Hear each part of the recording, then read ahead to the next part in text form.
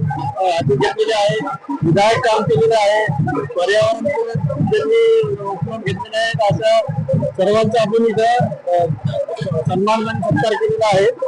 तसेच मागच्या वर्षी गणपती विसर्जनादिवशी जो कायदा सुव्यवस्थेचा प्रश्न निर्माण झाला होता, त्या अनुषंगाने सुद्धा आम्ही पोलिसांनी यावर्षी जास्तीची तयारी केलेली आहे. या प्रतिबंध कारवाई करण्यात येईल.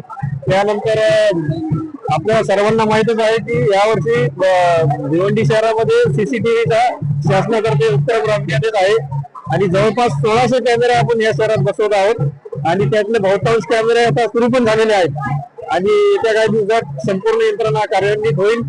यात एआयचा सुद्धा आपण वापर केलेला आहे, जेणेकरून वाहनांचे नंबर प्लेट किंवा व्यक्तींचे चेहरे हे पण याच्या संदर्भात आपण जर माहिती टाकली तर त्याचे आपल्याला अलर्ट्स येतील. तसेच कुठलीही घटना घडली तर त्याचा शोध लावणे काम या सीसीटीव्हीचा निश्चितच वापर होईल. तर हे सीसीटीव्ही यंत्रणा ही शहरातल्या एक पोलिसांच्या विकासातला एक महत्वाचा टप्पा आहे. त्यानंतर बंदोबस्ताचे सुद्धा आपण नियोजन केलेले आहे आणि माझे सर्व भिवंडीकरांना आव्हान आहे की आपला जो गणपती उत्सव आणि येणारे फेस्टिवल सीझनच आहे, त्यानंतर नवरात्र, दिवाळी, दसरा हे सर्व सण उत्सव शांततेत पार पडण्यासाठी पोलिसांना सहकार्य करावं. पोलिसांनी ज्या काही सूचना दिलेल्या आहेत त्याचे पालन करावं. धन्यवाद.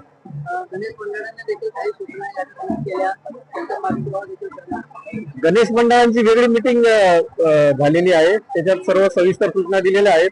त्यांनी काय काय करावे, काय नाही करावे या संदर्भात सूचना दिलेल्या आहेत.